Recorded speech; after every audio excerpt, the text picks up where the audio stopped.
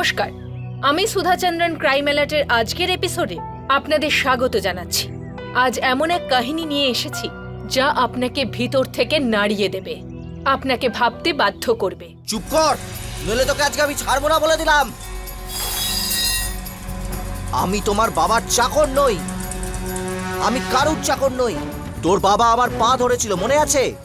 আর একটাও কথা বললে তোকে তোকে ছুরি দিয়ে আমি খুন করে দেবো তোর।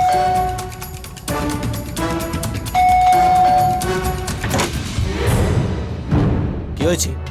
কি হচ্ছে কি এসব? তোমাদের ঘরে এত চেঁচামেচি হচ্ছে কেন? এসব কি হচ্ছে কেন? আর এটা কি? তুই নিজের কাজ কর, আর কোনো কাজ নেই নাকি তোর? চল এখান থেকে। এই, তোমাদের ঘর থেকে রোজ চিৎকার চেঁচামেচি শুনতে পাই। এখানে যত লোক থাকে সবাই ফ্যামিলি ম্যান। তাতে কি? তাতে কি? কি করে নিবি? আমার মাথা এখন খুব গরম আছে, বেশি কথা বলে না। যাই বের ওখান থেকে, যা। বেল বাজাও, রিং দ্য বেল। এক পারিবারিক হিংসা বিরোধী অভিযান যা কোনো গ্রাম, সোসাইটি বা কোনো পাড়ার মধ্যে থাকা স্থানীয় অধিবাসীদের পারিবারিক হিংসাকে আটকাতে সহজ পদ্ধতি অবলম্বন করে শারীরিক শোষণের বিরুদ্ধে পদক্ষেপ নেওয়ার মতো কাজ করে। মহারাষ্ট্রের একটা ছোট্ট পাড়ায় রিতেশ নিজের স্ত্রী অঞ্জলির সঙ্গে একটা ভাড়া বাড়িতে থাকে। পেশায় রিতেশ একজন সরকারি জুনিয়র ইঞ্জিনিয়ার, আর ওই জায়গায় যে সরকারি কনস্ট্রাকশনের কাজ চলছিল সে তার দেখভাল করছিল। এদের দুজনের বিয়ের মাত্র 3 মাসই হয়েছিল, কিন্তু স্বামী স্ত্রীর মধ্যে অশান্তি শুরু হয়েছিল। এক প্রতিবেশী হওয়ার কারণে রাজেন্দর দায়িত্ব পালন করেছিল। সে শুধু বেলই বাজায়নি, তারই সঙ্গে পুলিশকেও এই ব্যাপারে খবর দিয়েছিল।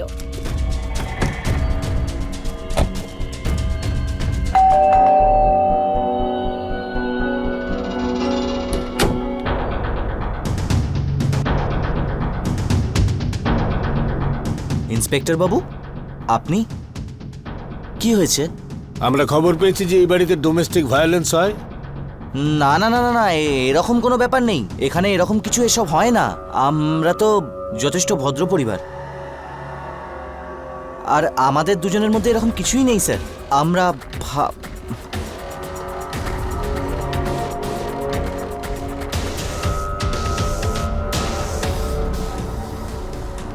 আপনাকে ভয় দেখায়নি?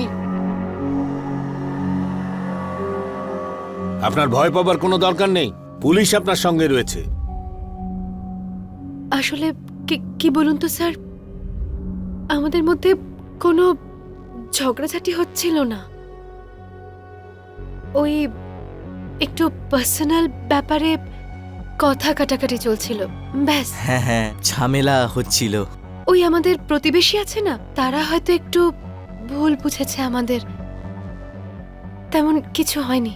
একদম কিছু মিসআন্ডারস্ট্যান্ডিং হয়েছে হয়তো, এরকম কিছুই নয় স্যার। আমি জল নিয়ে আসছি। কিছুই না স্যার। ও বললো না আপনাদের, এরকম ছোটখাটো ব্যাপার তো হতেই থাকে। এটা স্যার লেগে যাবে, একটু সাইডে টেবিলেই রেখে দিই। জল।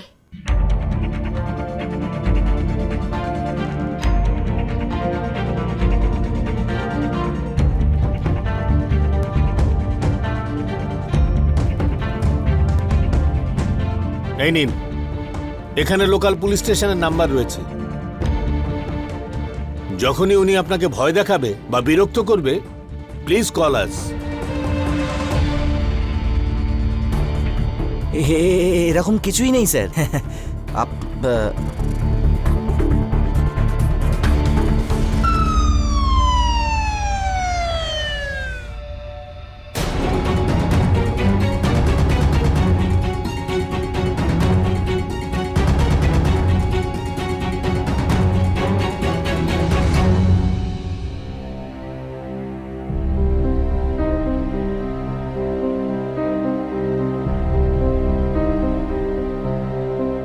এই নাও তোমার কফি। এই তোমার মেয়ে না ফোনটাই তো তুলছে না। ফোন ওঠাচ্ছে না মানে এখনো বিছানায় পড়ে আছে। বিয়ে করে এখন পরের বাড়িতে গেছে, এখনো তোমার মেয়ে শোধরালো না। আরে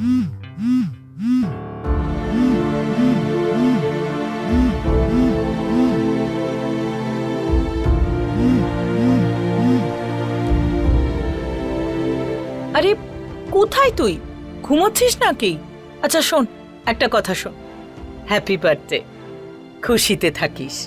খুশি তো বাবার থাকা উচিত। বাবা যা চেয়েছিল সেটা পেয়ে গেছে তো। আমি খুশি থাকি বা না থাকি তাতে কি যায় আসে? এসব কেন বলছিস? হ্যাঁ, কি হয়েছে? চুপ করো মা, তুমি শুধু এইটুকু বুঝে নাও, তোমার বর তার নিজের মেয়েকে নরকে ঠেলে দিয়েছে। এখন এটাই আমার ভাগ্য, ব্যাস।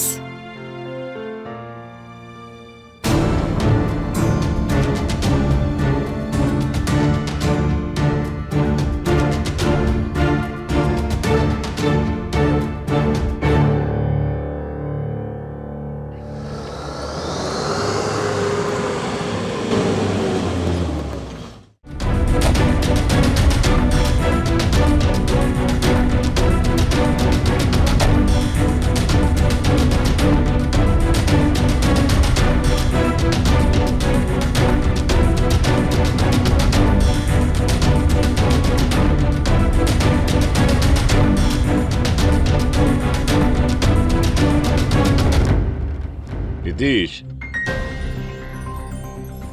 আজ যদি আমার মেয়ে আনন্দে না থাকে তার দায়িত্ব কিন্তু তোমার।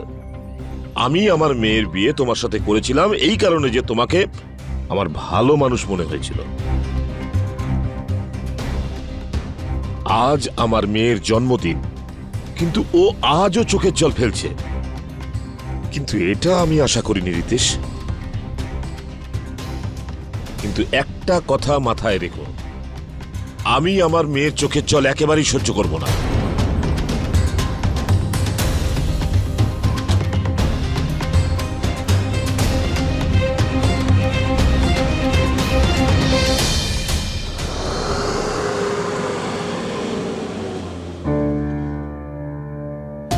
আজ আমার মেয়ের জন্মদিন, কিন্তু ও আজও চোখের জল ফেলছে। কিন্তু এটা আমি আশা করিনি রিতেশ।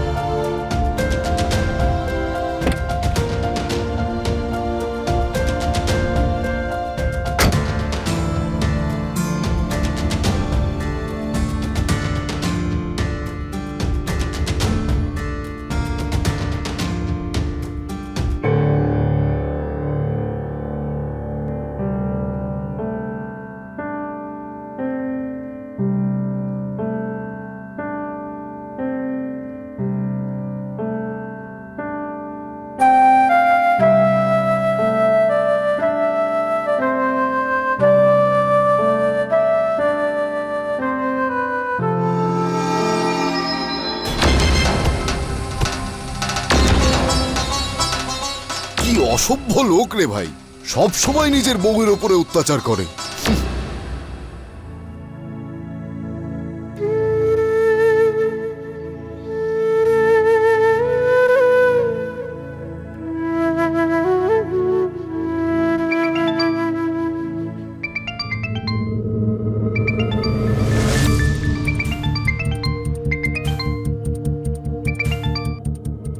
আল্লাহ। হ্যাঁ হ্যাঁ হ্যাঁ, আমি এক্ষুনি এক্ষুনি পৌঁছচ্ছি। হ্যাঁ হ্যাঁ, তাড়াতাড়ি আসছি, তাড়াতাড়ি আসছি। হ্যাঁ। আরে ইয়ার,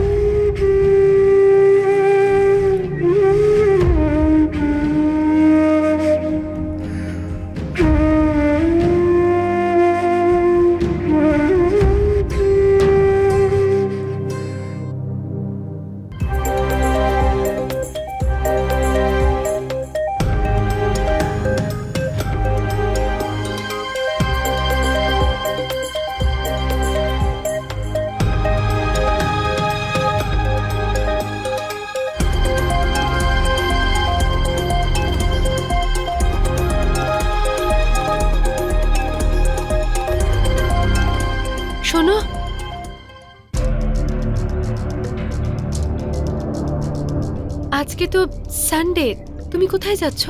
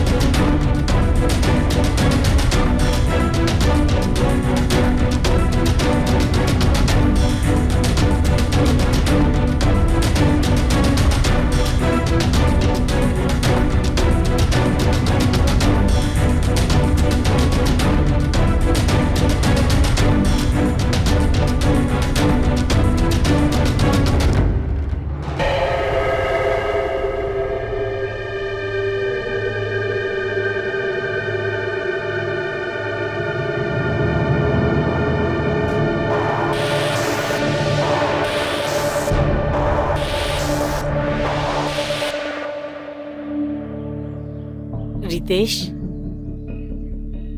অঞ্জলির ব্যাপারে ভাবছিস না? তুই কি রে রিতেশ, তুই এখনো নিজের বউকে কন্ট্রোল করতে পারিসনি? আমি দেখছি তো তোর সঙ্গে কিরকম ব্যবহার করে ও। আরে সবে 3 মাস হয়েছে তোদের বিয়ের, আর এখনই তোর মাথার উপরে উঠে নাচছে। কি রে রিতেশ, আমার তো মনে হয় যশবন্তের সঙ্গে কথা বলতে হবে। এটা তুমি কি বলছো মা? কি বলছো তুমি?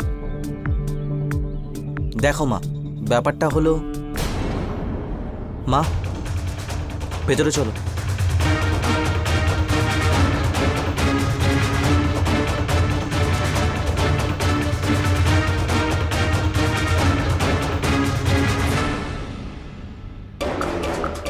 কি রে, হ্যাঁ তুই আমার সঙ্গে গাদ্দারি করবি?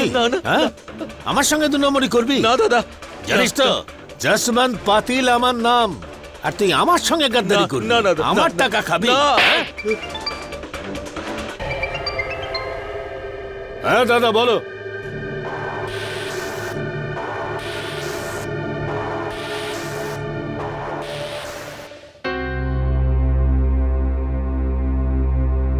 শুনছো, অঞ্জলির শ্বশুর শাশুড়ি এসেছে।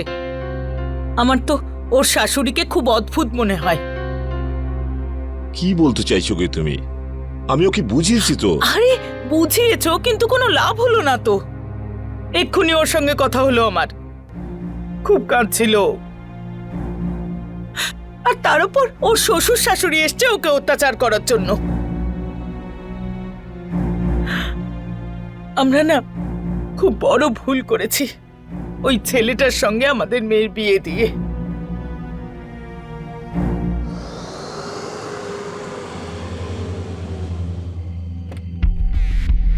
শোনো, যশবন্ত দাদা এসে গেছে।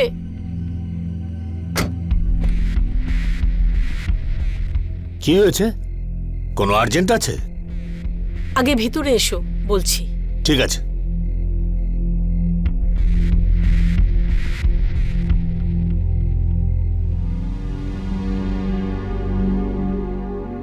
দাদা আসুন।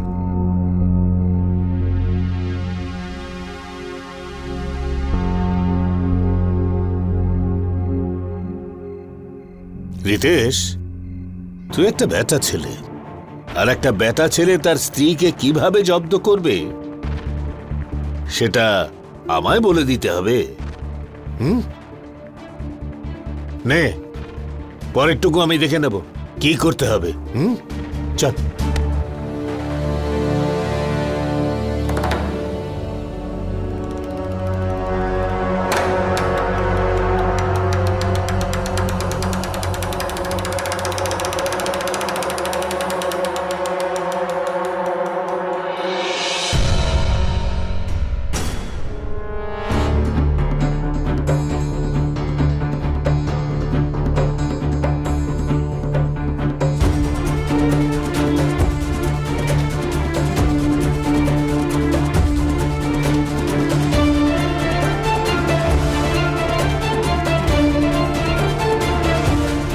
এটাই চেয়েছিলিস না তুই? এটাই চেয়েছিলিস না?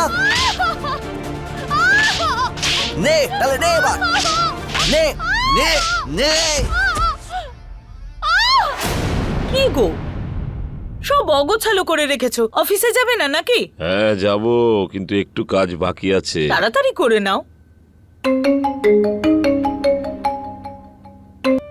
হ্যালো, কি? আমি আসছি, আমি এক্ষুনি আসছি।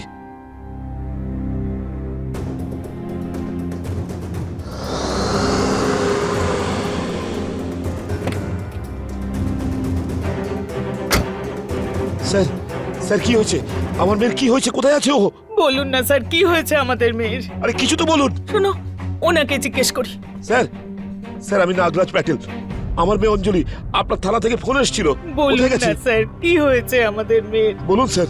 উনি তো বলছেন কাল দুপুর থেকে ওনার স্ত্রী নিখোঁজ।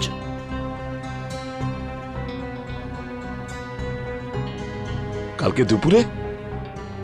রিতেশ, কাল রাত্রিরে যখন তোমার সঙ্গে আমার কথা হলো তখন তো একবারও বলনি যে অঞ্জলি নিরুদ্দেশ।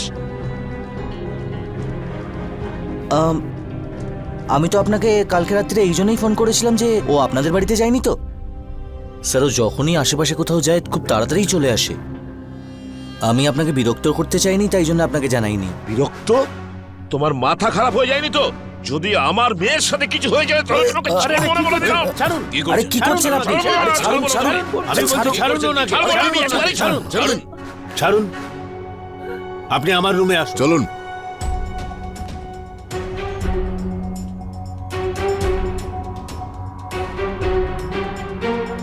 আচ্ছা, কি মনে হচ্ছে আপনার? আপনার মেয়ে কোথায় গেছে মনে হয়? স্যার, আমার মেয়ে ওই ছেলেটার সঙ্গে সুখে ছিল না।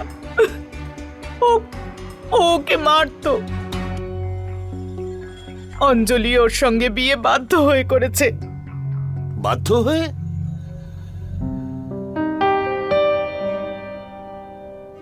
কি হলো বাবা, এত হাসি কিসের?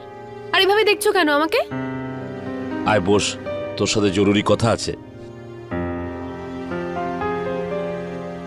আমি ও তোর মা মিলে তোর বিয়ে ঠিক করেছি। বাবা, এত তাড়া কিসের? আরে কোথায় তাড়াহুড়ো? তোর বিয়ের বয়স হয়ে গেছে, বিয়ে তো করতেই হবে, তাই না? জানি না কোথা থেকে উনি জানতে পারলেন যে অঞ্জলি একটা ছেলেকে ভালোবাসে। ব্যাস, ওই ছেলেটাকে না দেখে উনি সিদ্ধান্ত নিলেন যে অঞ্জলির বিয়ে দিয়ে দেবেন। রিতেশ ওনার অফিসে জুনিয়র ইঞ্জিনিয়ার ছিল। মেয়ের ইচ্ছের বিরুদ্ধে গিয়ে উনি রিতেশের সঙ্গে বিয়ে দিয়ে দিল। বাবা, আমি যাকে চিনি না তাকে বিয়ে করব কি করে তুমি বলো? আরে কতবার তোকে বলতে হবে? আমি ওকে তো চিনি। আমার অফিসে জুনিয়র ইঞ্জিনিয়ার ও। কালকে ও আমার পোস্টে গিয়ে বসবে। খুব ভালো ছেলে ও, আর ওর নামে কোনো কমপ্লেনও শুনিনি আমি। আর তোর কি চাই? বাবা, আমি তোমাকে ফাইনালি বলছি, আমি ওই লোকটাকে বিয়ে করব না, মানে করব না। দেখ, আমার পুরো স্টাফেরা জানে যে আমি তোর সম্বন্ধ রিতেশের সাথে করতে যাচ্ছি। আমার অফিসের সম্মান যদি তুই এভাবে নষ্ট করতে চাস তাহলে আমার বেঁচে থাকার আর কি লাভ? বাবা বাবা শুনছো? কোথায় শুনছো? যাচ্ছো? কি করছো? বাবা শোনো, দরজা খোলো। বাবা কি কি করছো? গো, দরজা বাবা, খোলো। খোলো বাবা। দরজাটা খোলো না। বাবা, এরকম কিছু করো না বাবা। দরজা খোলো। কি বাবা, করছো তুমি? আমার কথা শোনো। আরে বাবা শোনো না, কি করছো তুমি বাবা কি এইসব? করছো? বাবা এইসব please, এরকম করো না। বাবা, আমি তোমার সব কথা শুনবো। বাবা প্লিজ এরকম করো না। অবশেষে আমার মেয়ে ওনার জেদের কাছে হেরে গেল। ও বিয়ে করে নিল রিতেশকে। শান্ত হন। দেখুন, শান্ত হয়ে বসুন। রিল্যাক্স, শান্ত হন প্লিজ। আসলে খুব বড় ভুল করে ফেলেছি স্যার। আমি ভাবতেও পারিনি ও আমার মেয়ের সাথে এটা করবে। ইন্সপেক্টর বাবু, নিশ্চয়ই ও কিছু করেছে আমার মেয়েকে। নয়তো কাল রাতে যখন ওকে আমি ফোন করলাম, ও আমাকে লোকাতো না। আপনি ওকে গ্রেপ্তার করুন। এই ছেলেটাই আমার মেয়ের সাথে কিছু করেছে। স্যার, আমার মেয়েটাকে খুঁজে দিন। ঠিক আছে, আপনারা একটু ধৈর্য রাখুন, আমরা শেষ দেখে ছাড়বো। Don't worry. হ্যাঁ স্যার, অত্যাচার তো করতোই, রোজ বউয়ের উপর অত্যাচার করতো।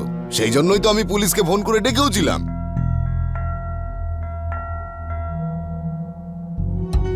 আসলে একবারই আমাদের সামনে মেরেছিল, কিন্তু বলুন তো কোন স্বামী স্ত্রীর মধ্যে এরকম হয় না?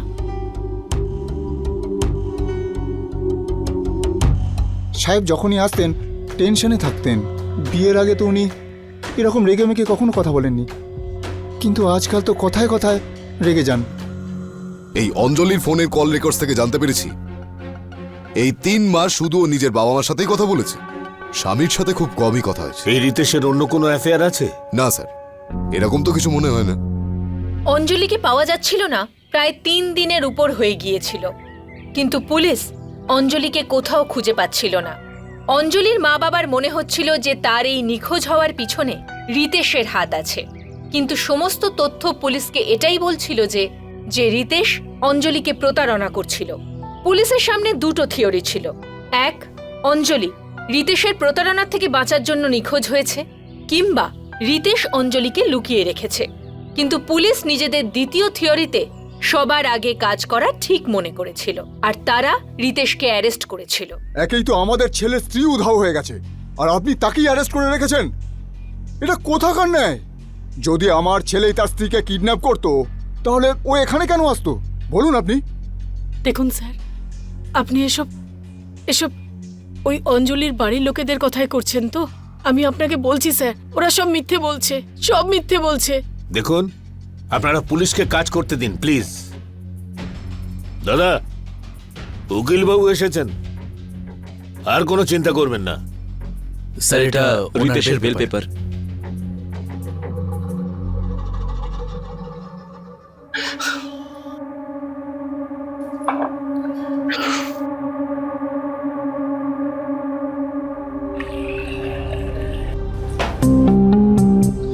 এত কেন খাচ্ছ বলো তো? নিশ্চয়ই ওই আমার মেয়ের সাথে কিছু করেছে। রিতেশ, আমার তো মনে হয় ও আমার মেয়েকে মেরে ফেলেছে।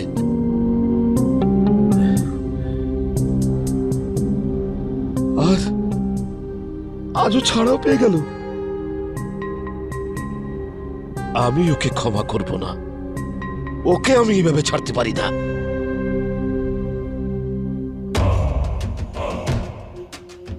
রঘু, কোথায় তুই? এক্ষুনি আমার সঙ্গে দেখা কর, এক্ষুনি। ঠিক আছে? শোনো, তুমি কি করছো?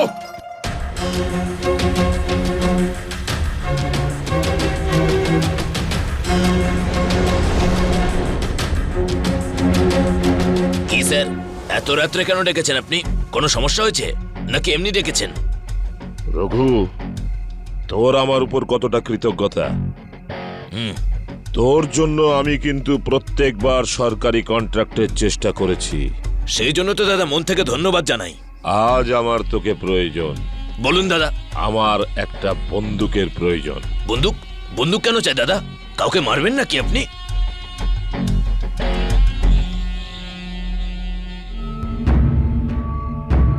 হ্যাঁ,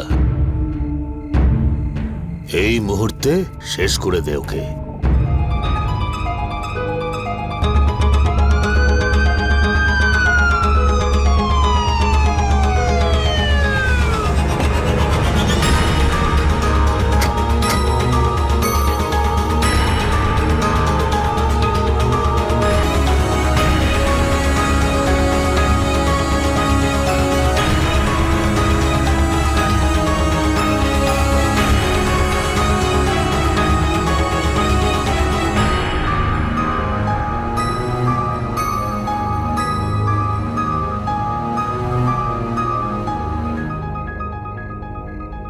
কেউ রিতেশকে হত্যা করেছিল, কিন্তু যেইভাবে পাথর দিয়ে তার মুখ বিকৃত করা হয়েছিল তাতে এটা পরিষ্কার বোঝা যায় যে হত্যা করেছে সে রিতেশকে তীব্রভাবে ঘৃণা করত।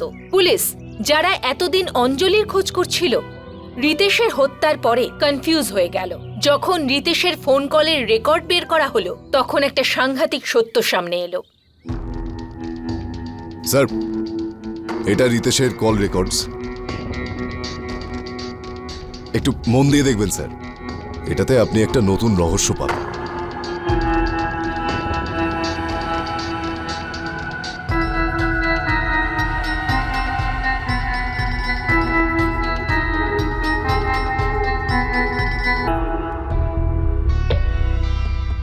হ্যাঁ স্যার, সেই রাতে আমি রিতেশকে কল করেছিলাম। রিতেশ, তুই আমার মেয়ের সঙ্গে কি করেছিস সেটা সত্যি করে বল আমাকে। দিব্যি দিয়ে বলছি, তোকে আমি ছাড়বো না। আপনি মনে হয় অনেক নেশা করে আছেন, নিজের হুঁশে নেই। এখন কোথায় আছেন? আমি তোকে মেরে ফেলার বন্দোবস্ত করেছি। ঠিক আছে, আমি নিজে আসছি। বলুন কোথায় আছেন আপনি? আয়, এক্ষুনি আয়। আমি রাগে পাগল হয়ে গিয়েছিলাম স্যার। রঘুর কাছ থেকে আমি একটা বন্দুকও কিনে ফেলেছিলাম। আমি ওকে মেরেই ফেলতাম যদি সেই রাতে ও এখানে আসতো, কিন্তু সে ওই রাতে আসেনি স্যার। সত্যি বলছি স্যার, আমি রিতেশকে মারিনি। হ্যালো স্যার, রিতেশের প্রতিবেশীর কাছে কিছু। স্যার, রাত্রিরে যখন রিতেশ বাড়ি থেকে বেরোলো আমি নিজের চোখে দেখেছি স্যার, কোনো একজন ওকে পিছু করার জন্য বাইকে চেপে স্টার্ট দিয়েই ওর পিছনে দৌড়ালো স্যার। ওই লোকটা যেমন জামা পরেছিল না, ডিটো সেরকম জামা পরা আর একজন লোককেও আমি দেখেছিলাম যখন রিতেশের মামা যশবন্ত ওর বাড়িতে এসেছিল। হয়তো ওনার ড্রাইভার ছিল। তোলো ওকে। আরে স্যার, আমি কিছু করিনি স্যার। চল স্যার, চল থানায় চল। চল স্যার, আমি কিছু করিনি স্যার, চল। বিশ্বাস করুন। আমি ওঠ ওঠ, ভেতর ওঠ। স্যার, গাড়ি চালাও। স্যার, স্যার, আমি কিছু করিনি স্যার, আমি কিছু করিনি। আমাকে তো শুধু যশবন্ত দাদা রিতেশ দার উপরে নজর রাখতে বলেছিল।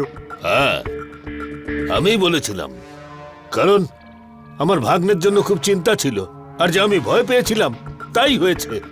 অঞ্জলির বাবা আমার ভাগ্নেকে মেরে ফেলেছে। আমি দেখলাম ও রেগে মেগে বাড়ি থেকে বেরোলো, আমি ওদের পিছুও নিলাম, কিন্তু হঠাৎ আমার বাইকের টাটা পাঞ্চার হয়ে গেল, আর কে জানে রিতেশ দা কোথায় উধাও হয়ে গেল। স্যার, স্যার, এই দেখুন আমার মোবাইলে একটা মেসেজ এসছে। আমার ছেলে আমার একটা ডেবিট কার্ড দিয়েছিল, কিছুদিন আগে আমি সেটা ওকে ফিরিয়েও দিই। স্যার, এটা থেকে টাকাও কেটেছে স্যার, এই দেখুন। স্যার, যেই অ্যাকাউন্ট থেকে টাকা তুলেছে না, ওই আমার ছেলেকে মেরেছে স্যার, ওই মেরেছে আমার ছেলেকে। স্যার, কিছু করুন স্যার।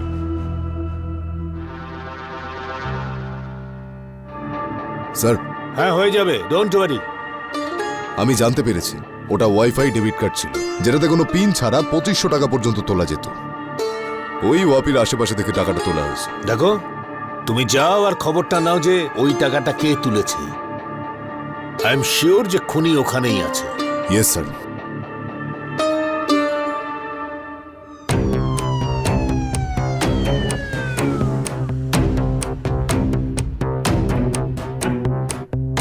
এই ট্রানজাকশনটা 8 তারিখে হয়েছে আপনার দোকান থেকে 5টার সময়। কে করেছিল চেনেন? না স্যার, আমি এটা কিভাবে বলবো? কত লোক আসে যায় এখানে। এই সিসিটিভি ফুটেজটা দেখাবেন? আগে ফাস্ট করুন। এক মিনিট পিছনে পিছনে পিছনে, একটু পিছনে। এই এই এই এই লোকটাকে চেনেন আপনি? হ্যাঁ স্যার, একে তো আমি চিনি। ওর নাম তো ভূতনাথ। কোথায় থাকে ও? এই পাশে বস্তি আছে না, ওখানেই থাকে ও। স্যার বলুন না আমি কি করেছি? থানায় গিয়ে কথা বলবো। স্যার এরকম করবেন না স্যার, স্যার জবরদস্তি এই- করছেন।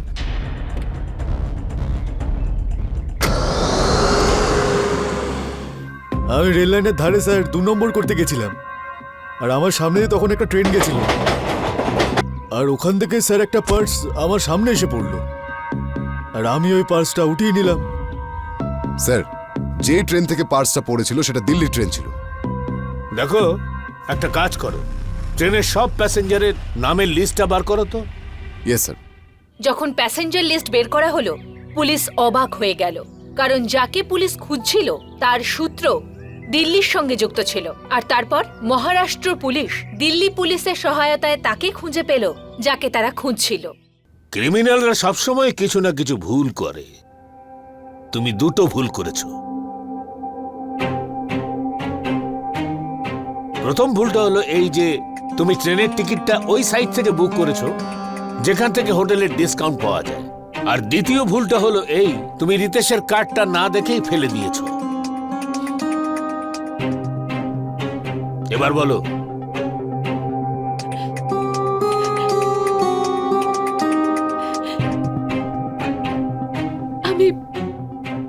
আমি রিতেশকে কোনোদিনই বিয়ে করতে চাইনি। ও বাবা আমাকে এতটাই বাধ্য করে দিয়েছিল যে আমায় ওকে বিয়ে করতে হয়। বাবা রোজ ভয় দেখাতো, বলতো যে আমি সুইসাইড করে নেব, তোকে ওকে বিয়ে করতেই হবে। সেই জন্য আমি ওকে বিয়ে করেছিলাম। আমি তো রাহুলকে ভালোবাসতাম, আমি তো ওর সঙ্গেই বিয়ে করতে চেয়েছিলাম। বাবা তো সুইসাইড করার হুমকি দিচ্ছে। তুমি জানো আজ বাবা সুইসাইড অ্যাটেম্পটও করেছিল। আমার খুব ভয় করছে, কিছু বুঝতে পারছি না কি করব।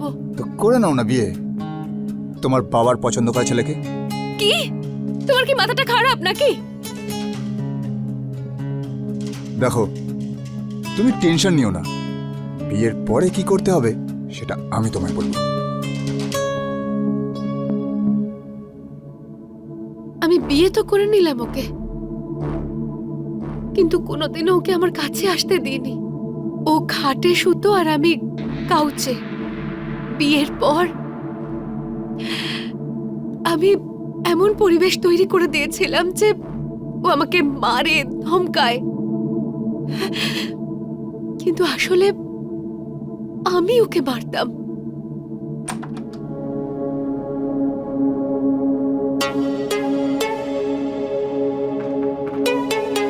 অঞ্জলি, অঞ্জলি,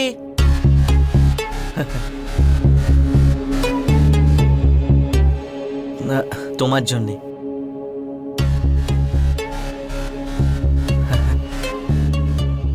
তোমার জন্যই এনেছিলাম আমি। নাও না।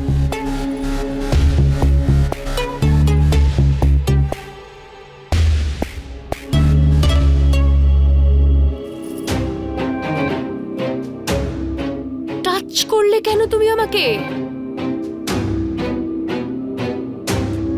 তোমার সাহস হলো কি করে আমাকে ছোঁয়ার? তোমার কি মনে হলো আমার বাবাকে পটিয়ে তুমি আমাকে বিয়ে করে নিলেই তুমি আমাকে পেয়ে যাবে? তাই ভেবেছিলে, তাই না? তুমি নো ওয়ে, এরকম কখনো হবে না, বুঝেছো তুমি? তোমাকে বিয়ে করার পর আমার জীবনটা শেষ হয়ে গেছে, বুঝেছো? আমার সব স্বপ্ন ভেঙে গেছে। যে মুখটা দেখেছো কখনো আয়নায়? হ্যাঁ বলো, দেখেছো? হ্যাঁ, তোমার যোগ্যতা কতটুকু বলো? যোগ্যতা আছে? হ্যাঁ, তুমি হলে আমার বাবার পোষা চাকর, ফালতু টাকার চাকর তুমি, আর আমারও চাকর তুমি। এটাই তোমার যোগ্যতা, ব্যাস। বুঝেছো? ছাড়, চুপ কর তুই, একদম চুপ কর তুই, নইলে আমি তোকে ছাড়বো না। আমি তোর বাবার চাকর নই, আমি কারুর চাকর নই। তোর বাবা আমার পায়ে এসে পড়েছিল তোর জন্যে, আর একটাও কথা বললে না তুই। তাহলে তাহলে ওই ছুরি দিয়ে তোকে খুন করে দেবো।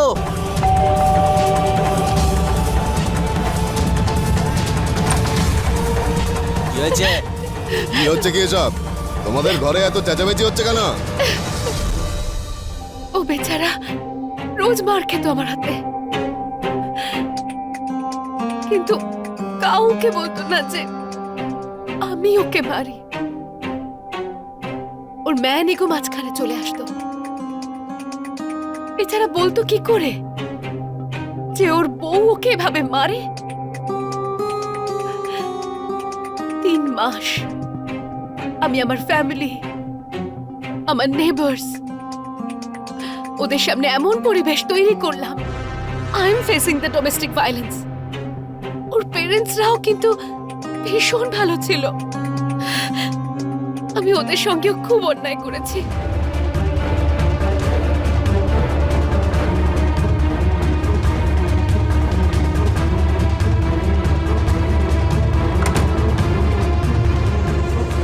এবার দেখো দেখো আমি কি করি। এটাই চাইছিলে না তুমি? এটাই চাইছিলে না তুমি? হ্যাঁ, এটাই চাইছিলে না? আরে ইয়া ইয়া কি করছো তুমি? ইয়া ইয়া আরে কেন করছো এরকম? অনেক হয়েছে, থামো। এই নাও, এই আরে নাও, কি করছো এই নাও। বলো? আরে যাচ্ছ কোথায়? ভেতরে এসো। দাও, তুই মারলে আমায়। তুই দাঁড়া দাঁড়া, এটাই তো চাইছিলি না তুই? দেখ এবার আমি কি করি। রিতেশ, কি করছিস তুই? হ্যাঁ, পাগল হয়ে গেলি নাকি? আরে নিজের বউকে কেউ এরম ভাবে মারে? তুই যদি নিজের স্ত্রীর সাথে এভাবে ঝগড়াঝাটি করিস তাহলে আমাদের এখানে থাকার কোনো দরকার নেই। আমরা এখানে আর থাকতে চাইছি না, আমাদের শুধু কোলাপুরে পাঠিয়ে দে। ব্যাস হয়ে গেল তোমাদের? হ্যাঁ, সবসময় এরকমই করো তোমরা, ঠিক সময় ঠিক পালিয়ে যাও। তোমরা আমার সাথে সবসময় এরকম করে এসেছো। আরে আমি তো পাগল ছিলাম, বোকা ছিলাম আমি, যে তোমাদেরকে সহ্য করেছি। সহ্য করেছিস? সহ্য করেছিস মানে কি? তুই যে খরচার জন্য আমাদের টাকা দিস তার ব্যাপারেই বলছিস তো? চাই না, চাই না আমাদের তোর টাকা। এই নে ধর, চাই না আমাদের।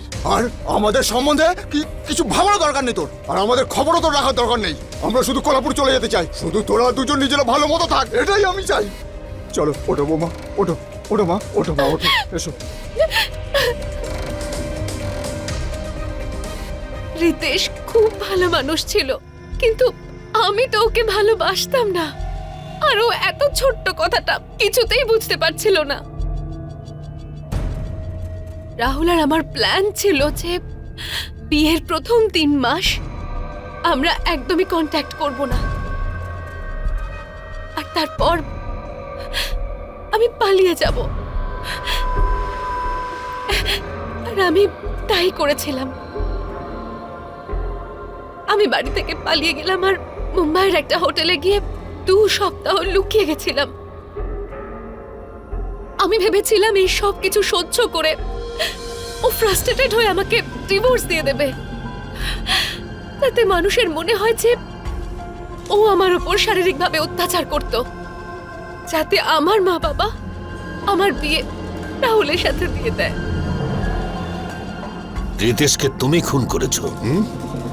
আমি বাড়ির ল্যান্ডলাইনে ফোন করি, তারপর ওকে ডেকে পাঠাই।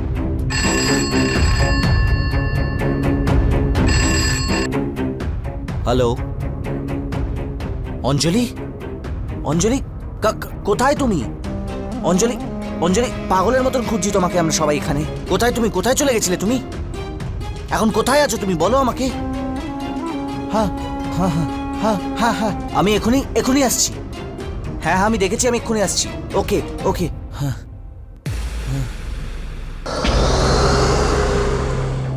ও তার মানে তুমি এটাই চাইছো সবাই এটা ভাবুক আমি তোমার উপরে অত্যাচার করি বলে তুমি বাড়ি থেকে একদিন হঠাৎ করে পালিয়ে এলে, তাই তো?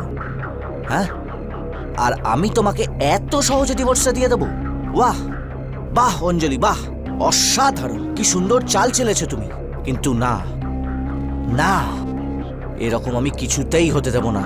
আমি তোমার সত্যি সবাইকে জানাবো, সবাইকে আমি চিৎকার করে করে বলবো তুমি আমার জীবনটা নরক করে তুলেছো। আমি এটা সবাইকে বলবো, সবাইকে প্রত্যেকটা জিনিস বলবো। তুমি যখন এখান থেকে চলে গেছো তখন আমি কি অবস্থায় ছিলাম সবাইকে বলবো এইসব। এত সহজে তোমাকে আমি আমার পেছন ছাড়তে দেব না অঞ্জলি, মনে রেখো।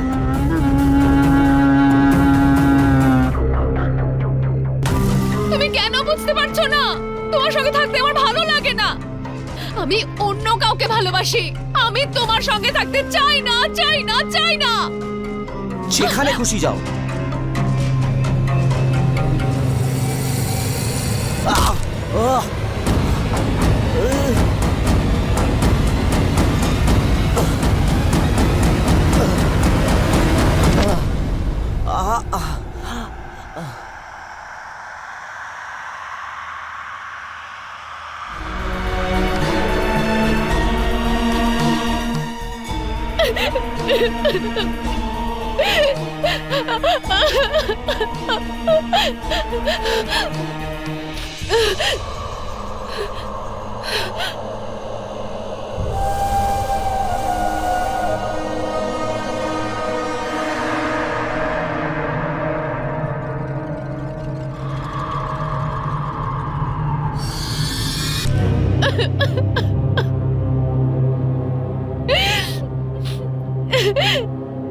স্যার, স্যার, আমি সত্যি রিতেশকে মারতে চাইনি। ওসব জানি না, রাগের মাথায় কি করে করে ফেলেছি। আমি ওকে অনেক বুঝিয়েছিলাম স্যার, অনেকবার বুঝিয়েছিলাম আমি কি করতাম।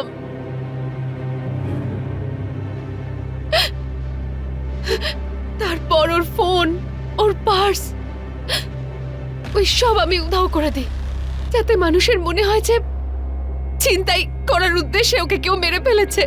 আর তারপর খুব বুদ্ধি করে ওখানকার সমস্ত ফিঙ্গারপ্রিন্টস আমি সরিয়ে ফেলি। তারপর আমি রাহুলকে ফোন করি। ও দুবাইতে ছিল, ওখানেই জব করে। ও আমাকে বলল তুমি দিল্লি চলে এসো, আর তাই আমি দিল্লির টিকিট করিয়েছিলাম।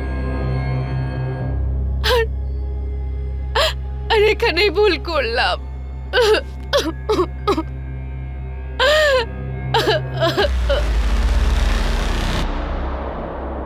অঞ্জলি একজন সাধারণ মেয়ে, যে কখন অপরাধের দিকে এগিয়েছিল কেউ সেটা জানতেই পারেনি। ডোমেস্টিক ভায়োলেন্স, সেটা নারীর সঙ্গেই হোক কিংবা পুরুষের সঙ্গে, দু ধরনের কেসেই প্রতিবাদ করার অবশ্যই দরকার আছে। যদি সময় থাকতে রিতেশ নিজের মিথ্যে সম্মানের জন্য এটা যদি না লুকাতো যে তার স্ত্রী তাকে প্রতারণা করছে, তাহলে সে অঞ্জলিকে অপরাধের রাস্তায় হাঁটার থেকে আটকাতে পারত আর নিজের প্রাণটাও বাঁচাতে পারত।